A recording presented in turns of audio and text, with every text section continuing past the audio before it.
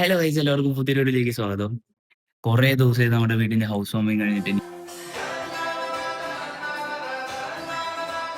ഇനി കുറേ ദിവസമായി ഇതെല്ലാം ഒരു ഹോം ടൂർ പോലെ എടുക്കണം എന്ന് വിചാരിച്ചിട്ട്. പക്ഷെ ഇന്നാണ് എനിക്ക് അതിൻ്റെ ഒരു സാവകാശം കിട്ടിയത്.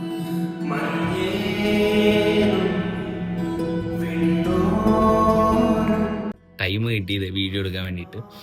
കാരണം ഞാൻ ഷോർട്സ് ഒക്കെ അപ്ലോഡ് ചെയ്തിട്ടുണ്ടായിരുന്നു. പക്ഷെ നമ്മളൊരു ലോങ് വീഡിയോ ആയിട്ട് വന്നിട്ട് ഒരു മാസം 2 മാസം സംതിങ് ആയി.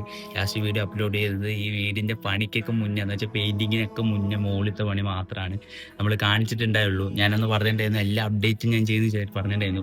പക്ഷെ അത് നടന്നില്ല, എടുക്കാൻ പറ്റിയില്ല. അതുകൊണ്ടാണ് നമുക്കെന്നാ വീഡിയോയ്ക്ക് വരാം. ബയോ.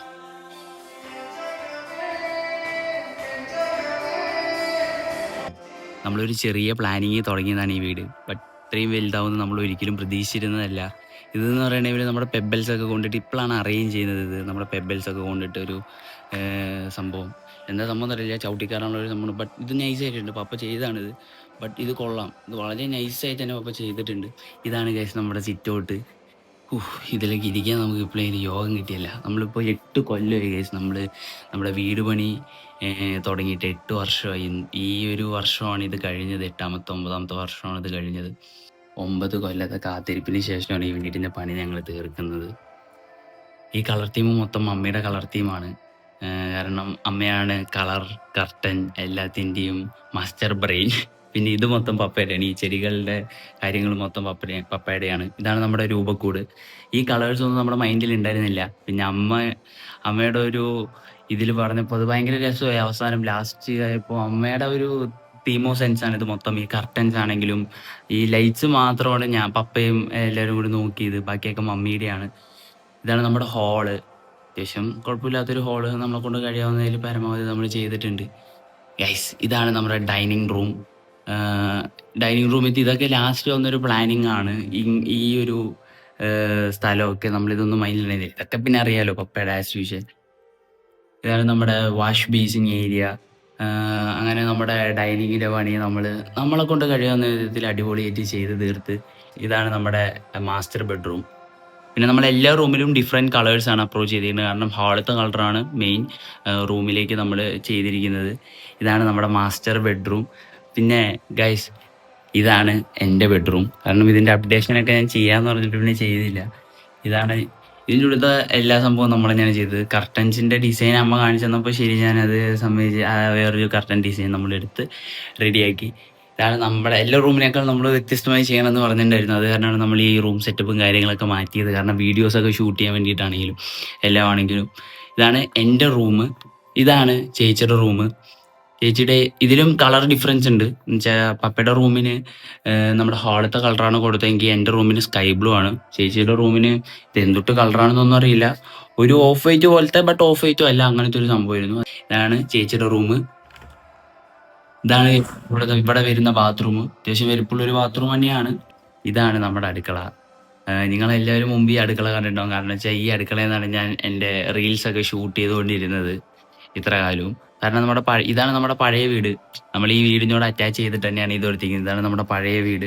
ഈ വീട്ടിൽ അടുക്കള ഉണ്ടായിരുന്നില്ല. അത് കാരണം നമ്മൾ ഫസ്റ്റ് പണിതത് അടുക്കളയാണ്. ഇത് ആണ് ആദ്യമായിട്ട് പണിതത്. അത് കഴിഞ്ഞിട്ട് ഒരു 3 കൊല്ലത്തിന് ശേഷമാണ് നമ്മൾ ഈ ഒരു സെറ്റപ്പ് നമ്മൾ പണിതെടുത്തത്.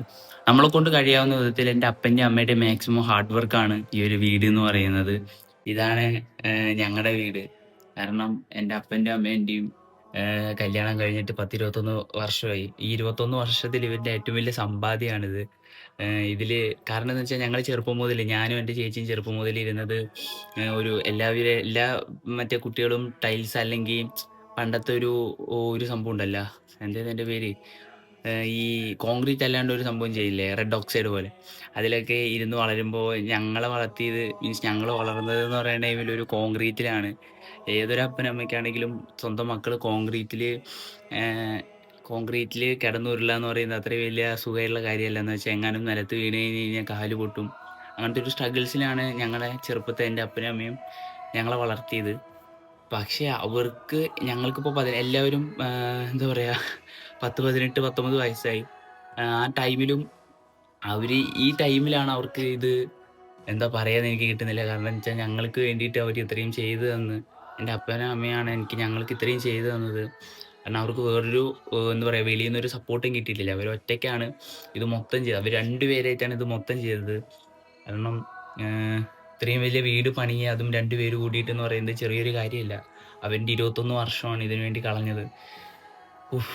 അതിലാണ് ഞങ്ങൾ ഇപ്പം ഇരുത്തുന്നത്. കാരണം വെച്ചാൽ അത്രയും എന്താ പറയുക, ചെറുപ്പത്തിൽ ഞങ്ങൾക്ക് കോൺക്രീറ്റിൽ ഇരിക്കാൻ പറ്റിയിട്ടുണ്ടായിരുന്നില്ല. പക്ഷേ ഇപ്പോൾ അവർ ഞങ്ങളെ എന്താ പറയുക, പറയാൻ വാക്കുകളില്ല ഗൈസ്.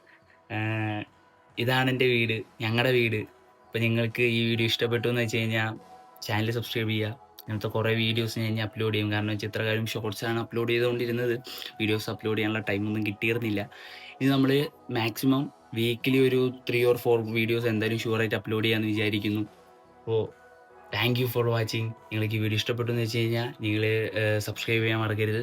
പിന്നെ ബെല്ലേക്കും കൂടി അടിച്ചു കഴിഞ്ഞാൽ ഞാൻ അപ്ലോഡ് ചെയ്യുന്ന വീഡിയോസ് നിങ്ങൾക്ക് ടേറ്റേന്ന് പറഞ്ഞ് വരും. അത് കഴിഞ്ഞിട്ട് പിന്നെ അപ്പോൾ കമൻറ്റ് ചെയ്യുക. അപ്പോൾ ശരി, ബൈ.